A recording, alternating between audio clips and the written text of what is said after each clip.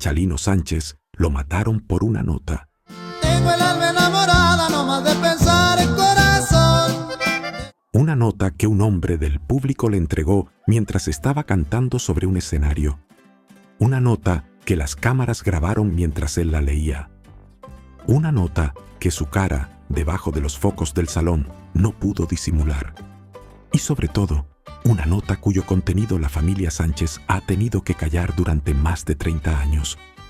Porque aquella nota no era una amenaza cualquiera. Aquella nota era el cierre de una deuda de sangre que el propio Chalino había abierto cuando tenía apenas 15 años, en un rancho perdido de Sinaloa, cuando un hombre del pueblo se atrevió a hacerle algo imperdonable a la única hermana mujer que tenía la familia. Y lo que la mayoría de los canales del mundo del corrido jamás han contado, lo que ni siquiera los grandes documentales se atreven a mostrar, es lo que el propio Chalino contó en privado meses antes de morir. Lo contó a un hombre que durante años fue como su productor, su amigo y su padre artístico.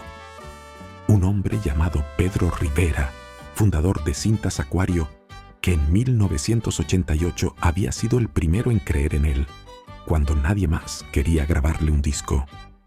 Y el hijo de Pedro Rivera, el cantante Lupillo Rivera, contaría décadas después en sus propias palabras lo que su padre había vivido de primera mano con Chalino. Y el vato saca una pistola y le mete 2 tiros a Chalino. Lupillo cuenta que meses antes del concierto fatal en Sinaloa, Chalino había sobrevivido a una balacera en Coachella, California.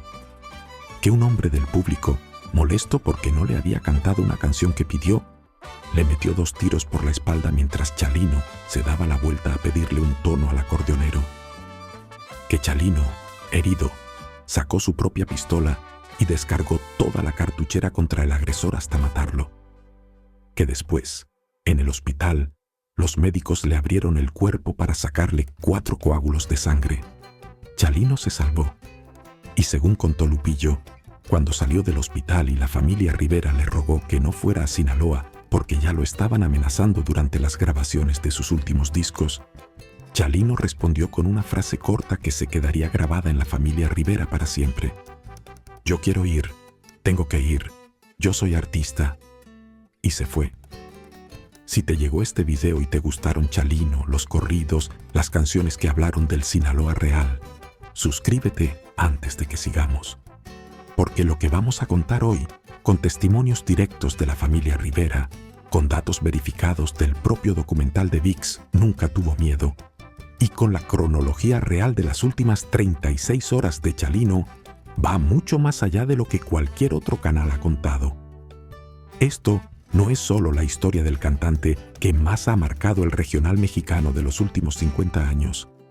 Esto es la historia de un hombre traicionado por gente cercana, la historia de una hermana violada, de un hermano asesinado, de un hijo que también moriría joven, y de una nota de papel que, 12 horas más tarde, se cumpliría al pie de la letra.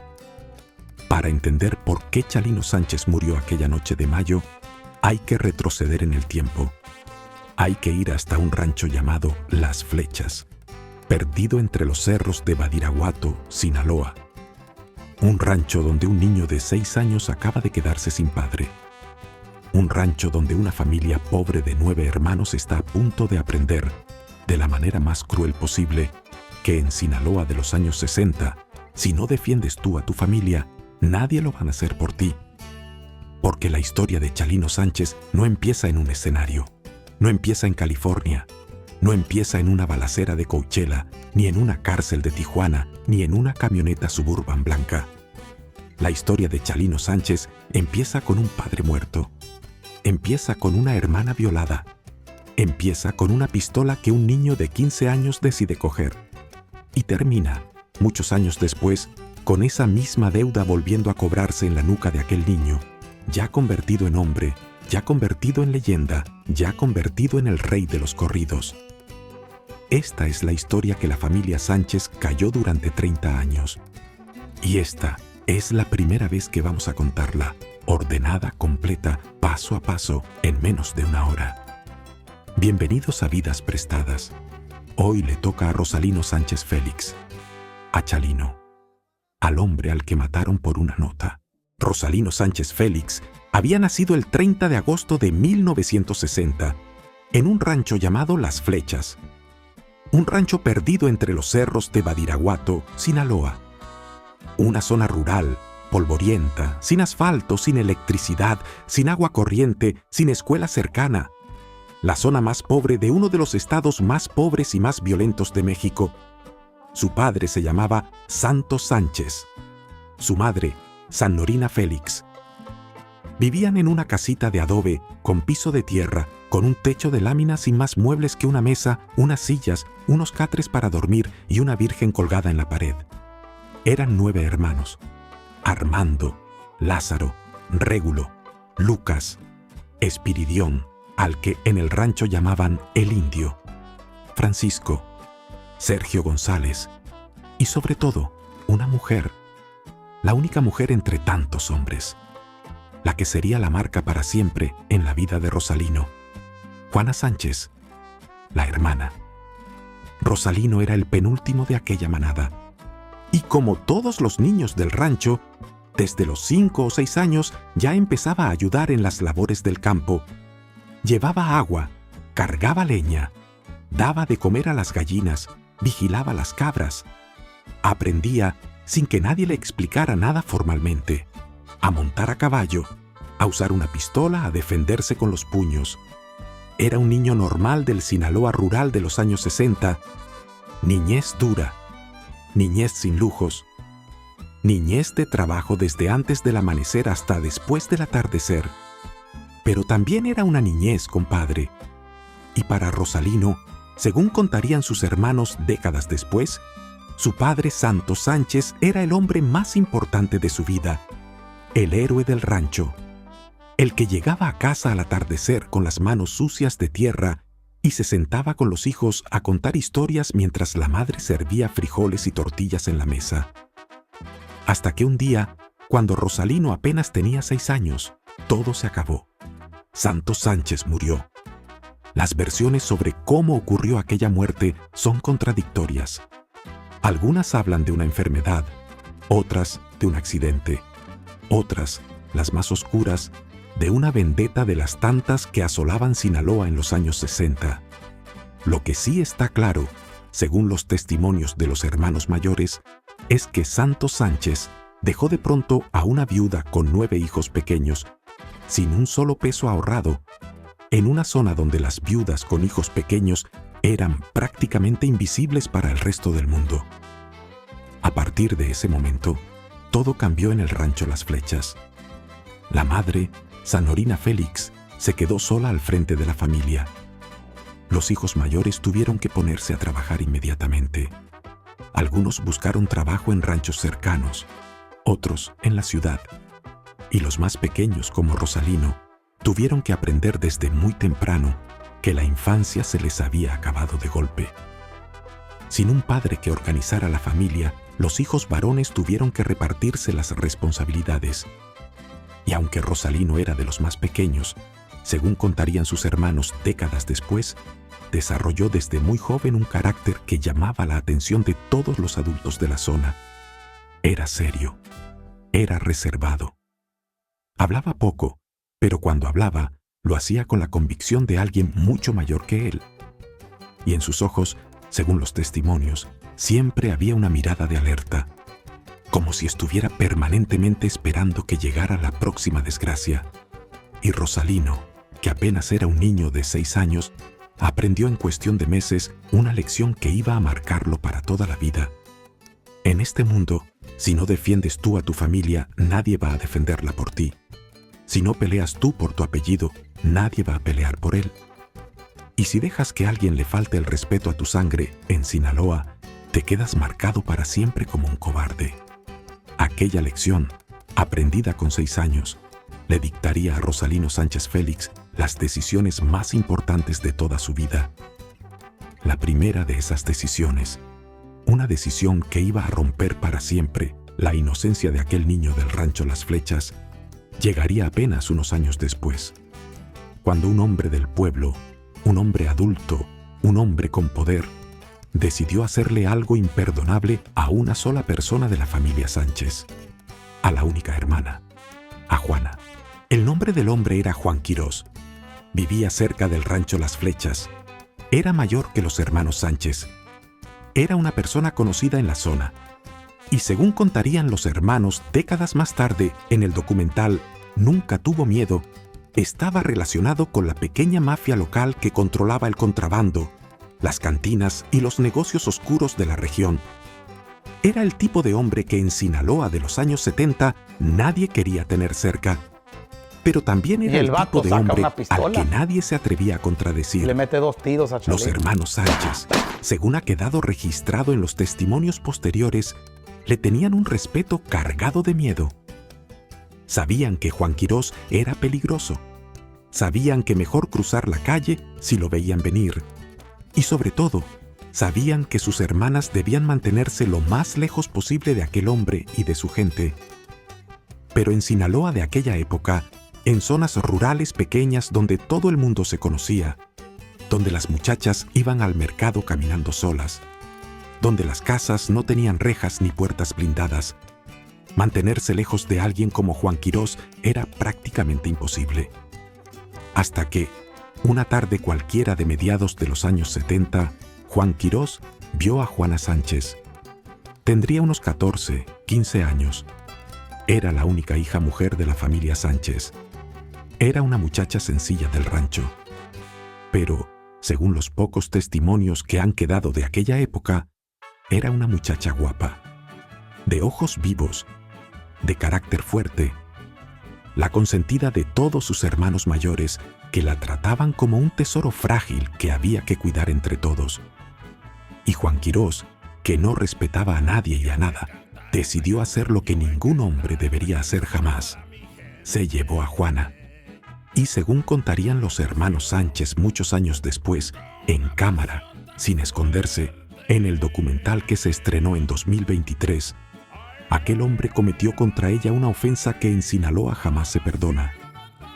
No se sabe exactamente cuántos días la tuvo retenida. No se sabe en qué condiciones. Lo que sí se sabe es que cuando Juana regresó al rancho Las Flechas, ya no era la misma niña que se había ido. Estaba destrozada, físicamente herida, emocionalmente rota, con el alma quebrada de una manera que, según las propias palabras de sus hermanos, nunca terminaría de sanar del todo. Y la familia Sánchez se enfrentó, en aquel momento, a la decisión más dura que una familia mexicana del Sinaloa rural de los años 70 podía enfrentar. ¿Qué hacer ante semejante ofensa? Las opciones eran 3. La primera, ir a denunciar al hombre a las autoridades. En el Sinaloa rural de los años 70, esto era prácticamente imposible. La policía no funcionaba en esas zonas. Los jueces estaban comprados. Y los hombres como Juan Quirós tenían amigos en todas partes. La segunda, no hacer nada. Aceptar la humillación. Quedarse en el rancho con la cabeza baja y seguir trabajando como si no hubiera pasado nada. Esto, en el Código de Honor del Sinaloa rural, era impensable. Aceptar una ofensa de ese calibre era condenar a la familia entera a ser señalada, despreciada y burlada durante generaciones. La tercera, la única que en Sinaloa se consideraba el camino verdadero del hombre, era vengarse, buscar al culpable y hacerle pagar. Los hermanos mayores de Rosalino sabían que esa era la única opción que les quedaba, pero también sabían que no podían arriesgar la vida de toda la familia hiriendo directamente a Juan Quirós, un hombre con conexiones, con armas y con gente dispuesta a defenderlo. Y mientras los hermanos mayores debatían qué hacer, alguien tomó la decisión por todos. Alguien que no había sido convocado a la reunión. Alguien que tenía apenas 15 años y al que toda la familia, durante los años posteriores, le agradecería en silencio lo que aquella tarde se atrevió a hacer. Rosalino, el niño que con 6 años había aprendido que si no defiendes tú a tu familia, nadie va a defenderla por ti, decidió que iba a aplicar esa lección al pie de la letra. Cogió una pistola, salió del rancho y se fue a buscar al hombre que había destrozado a su hermana.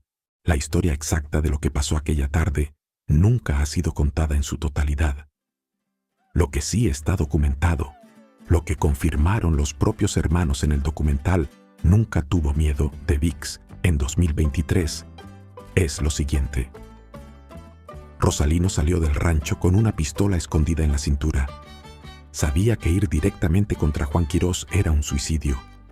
El hombre estaba protegido, tenía guardaespaldas, tenía amigos peligrosos en toda la zona, pero también sabía que Juan Quirós tenía un círculo cercano, hombres que lo seguían a todas partes, hombres que eran sus ojos, sus oídos, sus manos, hombres que habían participado, directa o indirectamente, en la humillación de Juana.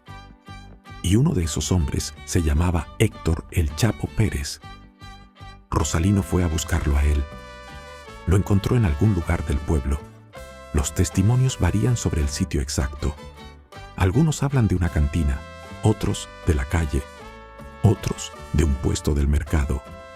Lo que sí está confirmado es que Rosalino, con apenas 15 años, sacó la pistola y le disparó hasta matarlo, allí mismo, a plena luz del día, sin guardaespaldas que lo protegieran, sin abogados que lo defendieran, sin nadie que pudiera ayudarlo a escapar. Y al ver lo que había hecho, según contarían sus propios hermanos años después, no salió corriendo, no intentó esconderse. Lo único que hizo, según los testigos, fue mirar el cuerpo durante un largo segundo, dar media vuelta y caminar de regreso al rancho Las Flechas. Allí dejó la pistola sobre la mesa, miró a su madre y le dijo una sola frase. Según contaría Francisco Sánchez, otro de los hermanos, en el documental de 2023, ya está hecho. Sanorina, la madre, según los testimonios posteriores, no le gritó, no le pegó, no lo regañó. Lo único que hizo, según contaron los hermanos décadas después, fue acercarse a Rosalino, abrazarlo en silencio durante un largo minuto y soltar una sola lágrima. Sanorina sabía que aquella tarde acababa de perder al penúltimo de sus hijos, porque sabía, mejor que nadie, que Rosalino ya no podría quedarse en aquel rancho, que tendría que huir, que tendría que cruzar la frontera, y que probablemente jamás volverían a verse en condiciones normales. A partir de ese momento, todo cambió en la familia Sánchez. Por un lado, había una sensación de justicia. La hermana Juana había sido vengada. Los círculos cercanos a Juan Quirós, los hombres que habían participado en la humillación, habían recibido el mensaje. La familia Sánchez no era una familia que aceptara ese tipo de ofensas sin responder. Pero, por otro lado, ahora había un problema mucho más grande. Rosalino había matado a un hombre con conexiones. Y aunque Héctor, el Chapo Pérez, no era el principal culpable de lo de Juana, era alguien cercano a Juan Quirós. Y eso significaba que, a partir de aquel día, los secuaces de Quirós iban a venir a buscar a Rosalino. Tenían que sacarlo del rancho. Tenían que sacarlo de Sinaloa y, sobre todo, tenían que sacarlo de México. Los hermanos mayores se reunieron en secreto, hablaron con conocidos, recogieron algunos pesos y, en cuestión de pocos días, organizaron una huida que iba a cambiar la vida de Rosalino Sánchez Félix para siempre. Iba a cruzar la frontera de México con Estados Unidos, ilegalmente, con la ayuda de un pollero, un traficante de personas que por unos cuantos pesos lo llevaría desde Tijuana hasta California. Junto a uno de sus mejores amigos, sin papeles, sin nombre, sin dinero, sin más equipaje que la ropa que llevaba puesta y unos pocos billetes escondidos en el calzoncillo. Y un secreto que tendría que guardarse para sí mismo y para su familia durante el resto de su vida. El secreto de un asesinato que había cometido a los 15 años para defender a su hermana. El año era 1977, y aquel niño de Sinaloa que cruzaba la frontera con destino a California, Y el sin vato saberlo saca una todavía, pistola. estaba dando los primeros Le mete dos pasos tiros hacia a lo que, Chalino. 15 años después, lo convertiría en una leyenda y también en un muerto. Rosalino llegó a California a finales de 1977. Los Ángeles, en aquellos años, era una ciudad muy distinta a la que es hoy. Tenía una población latina creciente, sí, pero todavía mucho más pequeña. Las zonas hispanas, como el este de Los Ángeles, Boyle Heights, Huntington Park, eran barrios obreros donde miles de mexicanos recién llegados se hacinaban en apartamentos compartidos, trabajando jornadas de 16 horas en fábricas, restaurantes y obras de construcción. Rosalino se mezcló con esa multitud anónima, sin papeles, sin estudios, sin conocer a nadie, sin hablar una palabra de inglés. Sus primeros trabajos en California fueron los típicos de cualquier indocumentado de aquella época: cargador de cajas, lavaplatos, barrendero, jornalero, vendedor de fruta en la calle. Cualquier cosa que le diera unos pocos dólares al final del día para pagar el cuarto compartido donde dormía y mandarle algo de dinero a su madre Sanorina, que seguía en el rancho Las Flechas con los hijos menores. Durante varios años, Rosalino vivió esa vida invisible que vivían millones de mexicanos en Estados Unidos. Pero algo dentro de él no terminaba de encajar con aquella existencia anónima. Algo lo seguía empujando. Y ese algo, según contarían sus amigos más cercanos décadas después, era la música. Desde niño, en el rancho Las Flechas, Rosalino había crecido escuchando los corridos, aquellos relatos cantados que durante siglos habían contado la verdadera historia del campo mexicano, las luchas, las traiciones, los amores imposibles, los héroes locales, los muertos sin justicia, los hombres valientes, los cobardes castigados. Los corridos eran, para los mexicanos del campo, lo más cercano a un diario. Y Rosalino, desde muy joven, había aprendido a tocar la guitarra y a componer. Pero había algo más, algo que iba a hacer de él, sin que nadie lo supiera todavía, una figura única en la historia de la música regional mexicana. Rosalino tenía un don raro. Cuando escuchaba a alguien contar una historia, su cabeza la convertía automáticamente en un corrido. Frases, rimas, ritmo, estructura, letra completa en cuestión de minutos. Y cuando agarraba la guitarra y empezaba a cantar lo que acababa de componer, los hombres que lo escuchaban se quedaban callados, mirándose unos a otros, como si estuvieran escuchando su propia vida en boca de aquel sinaloense pequeño y delgado. En aquellos primeros años en California, Rosalino empezó a componer corridos por encargo. Algunos a cambio de $100, otros a cambio de 50, algunos incluso a cambio de unas cervezas y una buena cena. Le contaban historias de pueblo, historias de migrantes, historias de hombres que habían cruzado la frontera con un sueño en el bolsillo. Y él, en cuestión de horas, las convertía en canciones. Algunos de sus primeros corridos fueron grabados en casetes caseros, en estudios pequeños de Boyle Heights y del este de Los Ángeles. Estudios donde el técnico de grabación era el mismo dueño del local, donde no había mezclas profesionales, donde las cintas se duplicaban una a una con 2 grabadoras conectadas entre sí. Aquellos casetes empezaron a circular en los mercados sobre ruedas que cada fin de semana se montaban en los aparcamientos de las iglesias católicas de la comunidad mexicana de California. Allí los compraban los braceros, los obreros, los camioneros, los trabajadores de las plantas de embalaje, y los escuchaban, una y otra vez, en las camionetas mientras iban de un trabajo a otro. Pero entonces, en algún momento de principios de los años 80, todo aquello cambió. Y cambió por una razón que iba a marcar la vida de Rosalino y la historia de la música regional mexicana para siempre. Porque alguien en Los Ángeles, alguien con conexiones en otro tipo de mundo, escuchó uno de sus corridos y le hizo una propuesta diferente.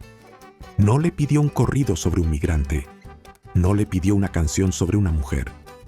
Le pidió un corrido sobre algo mucho más peligroso, sobre algo de lo que en aquella época nadie cantaba todavía abiertamente, sobre algo que, en cuestión de pocos años, iba a convertirse en un género musical completamente nuevo.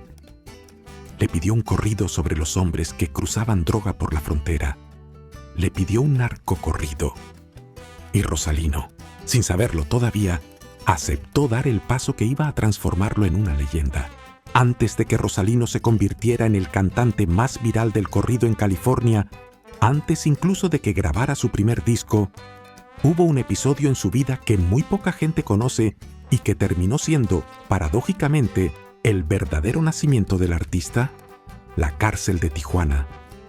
A principios de los años 80, Rosalino fue detenido en Tijuana junto a su primo Ismael por delitos menores. Las versiones varían sobre las acusaciones exactas. Algunos hablan de tenencia de un arma, otros de un altercado en la calle, otros simplemente de una mala suerte de estar en el lugar equivocado en el momento equivocado. Lo que sí es seguro es que Rosalino terminó preso durante semanas, compartiendo celda con personas mucho más peligrosas que él. Y allí, en aquella cárcel sucia y hacinada, encerrado con narcotraficantes pequeños y grandes, con hombres que cargaban historias mucho más oscuras que la suya, ocurrió algo que nadie podía haber predicho. Los presos empezaron a pedirle canciones. Le contaban sus vidas, sus golpes, sus traiciones, sus enemigos, las hazañas que habían hecho en el campo, en la frontera, en las sierras de Sinaloa. Y le pedían a Rosalino que las convirtiera en corridos. Algunos de aquellos presos eran hombres pequeños del crimen local. Otros, narcotraficantes de medio nivel que estaban purgando condenas cortas antes de salir y reincorporarse al negocio. Otros, simplemente, eran tipos de pueblo que habían terminado en la cárcel por estupideces, peleas en cantinas, robos menores, líos con mujeres ajenas. A todos ellos, sin distinción de jerarquías ni de orígenes, Rosalino los escuchaba con la misma atención. Apuntaba mentalmente los detalles, memorizaba los nombres, los pueblos, las fechas. Y esa misma noche comenzaba a construir en su cabeza los versos. Rosalino los escuchaba en silencio, los miraba a los ojos, y durante las noches, con un papel y un lápiz que le había conseguido un guardia simpático, escribía, componía, pulía, ensayaba en susurros, y cuando un preso le pagaba con unas monedas, con unos cigarrillos, con un poco de comida extra, Rosalino le entregaba un corrido completo, una canción dedicada a su historia, con su nombre, con sus enemigos, con sus glorias. Aquellos primeros corridos de la cárcel de Tijuana fueron, según los historiadores del género, el verdadero nacimiento de Chalino Sánchez como artista, porque allí, en aquella celda, Rosalino aprendió la fórmula que iba a hacerlo único, una fórmula que ningún cantante de regional mexicano había explotado todavía con tanta crudeza: cantar la verdad de los hombres del campo y de la frontera, sin filtros, sin maquillaje, sin permiso de las grandes disqueras. Cuando salió de la cárcel, Rosalino regresó a California con una libreta llena de letras y con la convicción absoluta de que aquello era lo que tenía que hacer con su vida. Cambió su nombre artístico de Rosalino a Chalino, porque Rosalino, según diría él mismo, le sonaba demasiado afeminado para cantar corridos. Chalino sonaba más a hombre de Sinaloa, Y el más a vato saca sierra, una pistola más a calle. y le empezó mete a dos grabar. tiros a Chalino. Primero en estudios pequeños del barrio, casi caseros. Casetes que se vendían en los mercados sobre ruedas de la comunidad mexicana de California. Casetes que se pasaban de mano en mano entre los jornaleros, los obreros de las fábricas, los camioneros que recorrían las carreteras del sur de Estados Unidos. Y, en cuestión de pocos años, ocurrió un fenómeno que ninguna disquera había podido prever. Aquellos casetes, vendidos sin contrato discográfico, sin radio, sin televisión, sin promoción, empezaron a sonar en todas partes. En las cantinas de Los Ángeles, en las fiestas privadas de Sinaloa, en las camionetas de los braceros del Valle Central de California, en los talleres mecánicos de Tijuana, en las panaderías de Houston. Chalino Sánchez, sin que ningún ejecutivo lo hubiera firmado, sin que ninguna emisora lo hubiera programado, sin que ningún periodista lo hubiera entrevistado, se estaba convirtiendo en una de las voces más populares del mundo regional mexicano. Pero detrás de aquel éxito incipiente había una sombra que llegaría desde Tijuana en el año 1984 para recordarle a Rosalino Sánchez Félix que la violencia que había marcado su infancia en el rancho Las Flechas todavía no había terminado. Año 1984, Tijuana, Baja California. El hermano mayor de Rosalino, Armando Sánchez, vivía desde hacía algunos años en la ciudad fronteriza. Como muchos sinaloenses de aquella época, había emigrado al norte buscando trabajo, oportunidades, una vida un poco mejor que la del rancho Las Flechas. Armando era para Rosalino mucho más que un hermano. Después de la muerte del padre Santos, cuando Rosalino tenía apenas 6 años, Armando se había convertido prácticamente en una figura paterna. Era el que más se había preocupado por sacar adelante a la familia, el que más había trabajado, el que más había cuidado a los hermanos menores, el que más había ayudado a Rosalino, en 1977, a organizar la huida hacia Estados Unidos tras el asesinato de Héctor Pérez. Armando era, según contarían los hermanos sobrevivientes décadas después, el pilar emocional de toda la familia Sánchez. Y ese año, 1984, alguien lo mató. Las circunstancias exactas del asesinato de Armando Sánchez nunca fueron del todo aclaradas. Lo que sí se sabe, según los testimonios de los propios hermanos, es que fue una venganza relacionada con la historia familiar. Concretamente, una venganza que se remontaba al asesinato de Héctor El Chapo Pérez en Sinaloa, casi 10 años antes. Cuando Rosalino mató a Pérez para vengar a su hermana Juana, en 1977, los círculos cercanos al difunto no olvidaron, esperaron, vigilaron, y según las versiones que han quedado, finalmente decidieron cobrar la deuda no contra Rosalino, que estaba lejos en California, sino contra el miembro de la familia Sánchez más accesible, más visible y más cercano a la frontera: Armando, el hermano mayor, el padre sustituto. Lo asesinaron a sangre fría. Según contarían los testigos años después, fue ejecutado por alguien que se hacía pasar por un socio comercial. Un hombre en el que Armando confiaba. Un hombre que llegó a una reunión sonriendo, le saludó como amigo y le disparó cuando Armando se dio la vuelta. Para Rosalino, la noticia llegó como un golpe que jamás superaría del todo. Su hermano mayor, el que lo había ayudado a huir, el que había sido prácticamente su padre, muerto. Y muerto, además, como consecuencia indirecta de algo que el propio Rosalino había hecho casi una década antes para defender a Juana. Aquella culpa, aquella deuda emocional con Armando, iba a marcar el resto de la carrera artística de Chalino Sánchez. Lo primero que hizo, en cuanto supo lo del hermano, fue componer. Compuso 3 corridos en honor de Armando Sánchez. Armando Sánchez, el corrido de Armando, el hermano caído. 3 canciones donde, sin esconder absolutamente nada, Chalino cantaba la verdad sobre la vida y la muerte de su hermano mayor. Cantaba lo que había sido para la familia. Cantaba la traición que lo había matado. Cantaba la promesa silenciosa que la familia Sánchez le hacía a aquel hombre que había caído en Tijuana.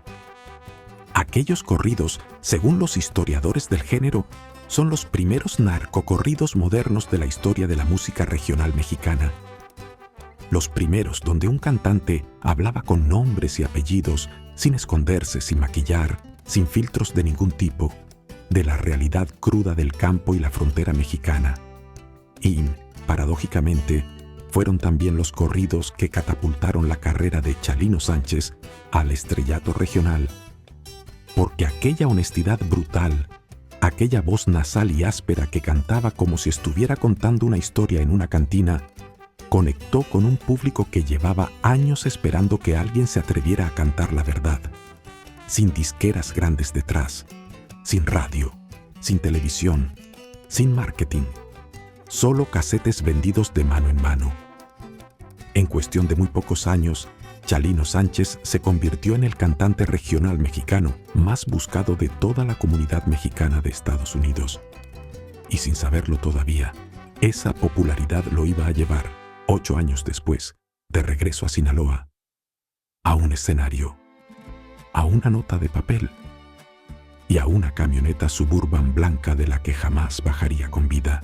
A principios de 1992, Chalino Sánchez estaba en el punto más alto de su carrera. Sus casetes se vendían por miles en cada feria, cada concierto, cada mercado sobre ruedas del sur de Estados Unidos y el norte de México. Sus corridos sonaban en todas las cantinas. Su nombre era pronunciado con respeto en los círculos del regional mexicano.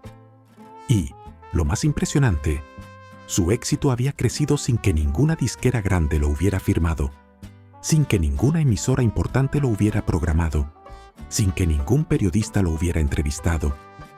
Era una leyenda construida desde la calle. Y como pasa con todas las leyendas construidas desde la calle, también empezaba a generar enemigos, porque Chalino, en sus canciones, no se cortaba. Hablaba de hombres reales, mencionaba nombres reales, contaba traiciones reales y a algunas personas, sobre todo a algunas personas del mundo del narcotráfico, no les hacía nada de gracia que un cantante de regional mexicano estuviera cantando sobre sus negocios, sus rivales, sus muertos. A finales de enero de 1992, Chalino tenía un concierto en Coachella, California. Un lugar humilde, un salón de fiestas mexicano de aquellos que se llenaban cada fin de semana con varios cientos de personas. Hombres y mujeres trabajadores, en su mayoría inmigrantes, que iban a celebrar bodas, quinceañeras, cumpleaños, cualquier excusa para escuchar música del país que habían dejado atrás. Esa noche, mientras Chalino estaba cantando sobre el escenario, ocurrió algo que nadie esperaba. Un hombre del público, llamado Eduardo Gallegos, sacó una pistola y empezó a disparar. La razón exacta de aquella agresión jamás se aclaró del todo. Algunos hablan de una rencilla personal, otros de un encargo de alguien que quería silenciar a Chalino por algún corrido que le había molestado. Otros, simplemente, de una pelea de cantina que se salió de control. Lo que sí está documentado es que aquella noche, en aquel salón de Coachella, se desató una balacera entre el atacante y los propios miembros del séquito de Chalino. Y el propio Chalino, según contarían los testigos décadas después, no se quedó quieto. Sacó él también una pistola que llevaba escondida en la espalda y empezó a responder a los disparos. Y le mete 2 tiros a Cuando Chalino. terminó la balacera, había varias personas heridas. El atacante, Eduardo Gallegos, fue alcanzado por los disparos del séquito y resultó gravemente herido. Y Chalino mismo, según los reportes médicos posteriores, había recibido un disparo que le había perforado un pulmón. Lo llevaron al hospital de Indio, California, casi inconsciente. Los médicos le dijeron que había estado a punto de morir, que el disparo había entrado por un costado y había dañado órganos internos, que se había salvado por cuestión de centímetros. Chalino pasó varias semanas en el hospital y, según contarían sus familiares, durante aquellas semanas de recuperación, tomó 2 decisiones que, sin que él lo supiera todavía, iban a marcar el resto de su vida. La primera, dejar de andar con tanta gente armada alrededor. Reducir el círculo cercano, confiar solo en los más cercanos. La segunda, mucho más peligrosa, fue aceptar una invitación que llevaba meses sobre la mesa. Una invitación para presentarse en Sinaloa, en Culiacán, en su tierra natal. Sus amigos más cercanos le rogaron que no fuera. Le dijeron que era una locura, que había gente en Sinaloa que llevaba años esperándolo, que los enemigos heredados desde el asesinato de Héctor Pérez en 1977, sumados a los enemigos nuevos que se había ido haciendo con sus corridos, lo estaban esperando. Pero Chalino, según contaría su esposa Marisela Sánchez años después, era un hombre que no conocía el miedo. Decía que el miedo no existía para él, recordaría Marisela en una entrevista de 2012, y aceptó. A mediados de mayo de 1992, apenas 3 meses después de salir del hospital de Coachella, Chalino Sánchez viajó a Sinaloa. lo esperaba un escenario en el Salón Bugambilias, en Culiacán. Y sobre ese escenario, en algún momento de la noche del 15 de mayo, mientras interpretaba Alma enamorada, un hombre del público iba a entregarle una nota que sellaría su destino. 15 de mayo de 1992. Las cámaras del Salón Bugambilias estaban grabando aquella noche para uso interno del local. Nadie podía haber imaginado que aquellas imágenes, décadas después, se convertirían en uno de los videos más vistos de la historia de la música regional mexicana. Cuando el hombre del público se acercó al escenario y le entregó la nota a Chalino, todo el momento quedó registrado. Chalino siguió cantando los primeros segundos. Pero quien ve el video con atención puede notar el cambio. La cara primero se le contrae en una mueca extraña, como si hubiera leído algo que no entiende del todo. Después, los ojos. Los ojos se le agrandan, brillan de una manera diferente, como si por primera vez en mucho tiempo Chalino Sánchez sintiera realmente algo que él aseguraba no conocer. Miedo. Sigue cantando Alma enamorada durante unos minutos más, pero ya no es el mismo cantante de hacía unos segundos. Las palabras le salen más cortas, los gestos más automáticos. La sonrisa, que en otros conciertos era amplia, se ha apagado por completo. Cuando termina la canción, baja del escenario y, según contarían varios testigos décadas después, le entrega la nota a uno de sus hombres de confianza junto con una frase corta: «Hoy se acabó todo». El contenido exacto de la nota nunca ha sido revelado oficialmente. El papel se perdió, o fue destruido, o alguien lo guardó como recuerdo macabro y nunca se atrevió a sacarlo a la luz. Pero según las versiones que han circulado en libros, documentales y testimonios posteriores, el mensaje era directo. Le avisaban que esa noche era la última. Le ordenaban abandonar la ciudad inmediatamente, o bien le advertían que iban a matarlo por las ofensas que sus corridos habían generado. Chalino terminó el concierto a las 2 de la madrugada. Sus hombres lo escondieron en una residencia, una casa segura en algún punto de Culiacán. Lo más razonable, según le insistieron sus acompañantes, habría sido salir de inmediato hacia el aeropuerto y volar de regreso a California esa misma noche. Pero por algún motivo que jamás se explicó del todo, Chalino decidió esperar hasta el día siguiente. Quizás pensaba que la nota era una broma. Quizás pensaba que tenía el valor suficiente para enfrentarse a cualquier cosa. Quizás, simplemente, estaba cansado. A la mañana siguiente, 16 de mayo de 1992, Chalino se subió a una camioneta Suburban Chevrolet blanca. Con él iban 2 de sus hermanos, un primo y varios amigos cercanos. La idea era salir de Culiacán, llegar a un rancho seguro en algún lugar de Sinaloa y desde allí organizar el regreso a Estados Unidos. La Suburban arrancó. Recorrió varias calles de Culiacán sin problemas, hasta que, en un cruce, otra camioneta les cerró el paso, y luego otra, y luego otra. De aquellas camionetas se bajaron hombres armados, hombres vestidos con uniformes de la Policía Judicial Federal de México, hombres que mostraron credenciales que parecían oficiales y que, hablando con autoridad, anunciaron a Chalino y a su grupo que el comandante a cargo quería hablar con él a solas. Chalino miró a sus acompañantes, vio el miedo en sus ojos y tomó una decisión. Para no poner en peligro a sus hermanos, a su primo, a sus amigos, aceptó bajar de la Suburban y subirse a la camioneta de los hombres uniformados. Los testigos lo vieron entrar en aquel vehículo por su propio pie, sin oponer resistencia, sin gritar, sin pelear. Las camionetas arrancaron y se perdieron entre las calles polvorientas de Culiacán. Y a partir de aquel momento, nadie de la familia Sánchez volvió a ver a Rosalino Sánchez Félix con vida.